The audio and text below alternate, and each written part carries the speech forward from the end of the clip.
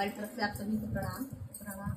मेरा नाम बीना। मेरा नाम सीमा। आज आप लोगों को हम प्यारा सा छठ मैया का गीत सुनाने जा रहे हैं। हमें पूरा विश्वास है आप लोगों को पसंद आएगा। चैनल को सब्सक्राइब करें, लाइक करें, शेयर करें, कमेंट में जरूर बताइए आप लोग कि हम लोगों का गाना आप लोगों को कैसा लगता है। बहुत बहुत धन्यवाद।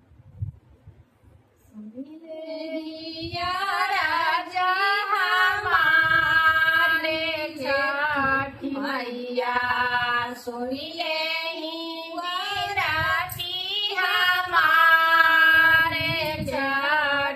मैया सुनी ले नाती हमारे छठ मैया की जूनों की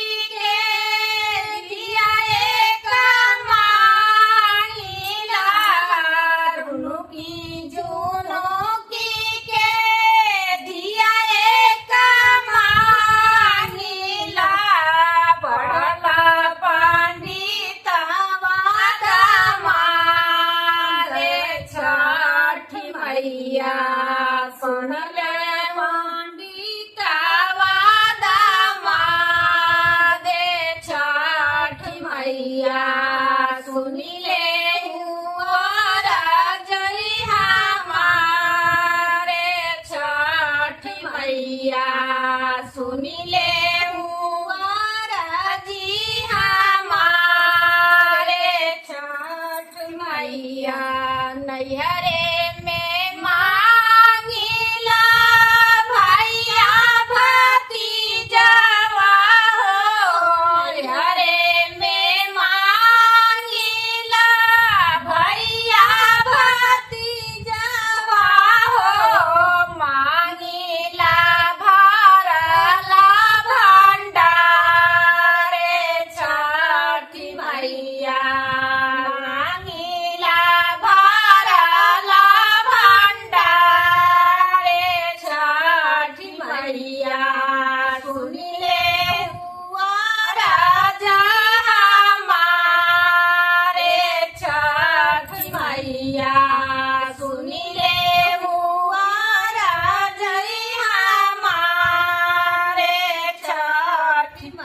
ससुरे में मांगिला ससुरवा हो ससुरे में मांगिला ससुरवा हो देवराजे मांगिला अकेले छठ मैया देवरा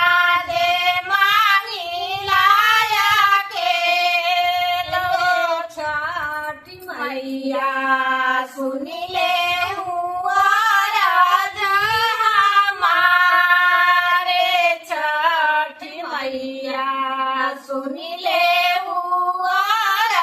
जली हमारे छठ अपने के मांगिला बच्चा पुतरवा हो अपने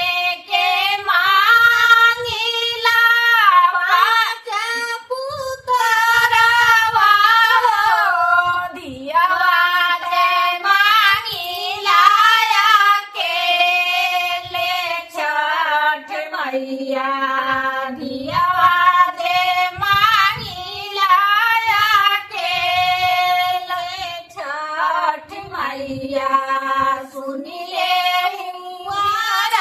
जय हमारे छठ मैया सुनी ले विनती हमारे छठ मैया ससुरे में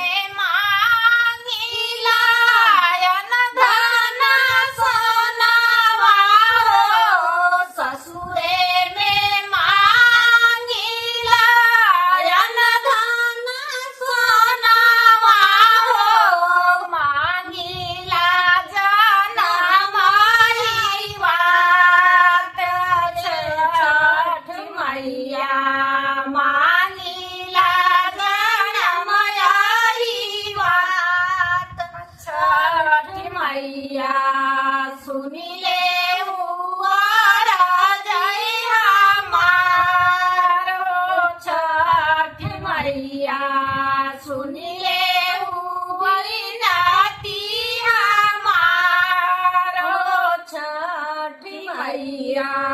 सुनी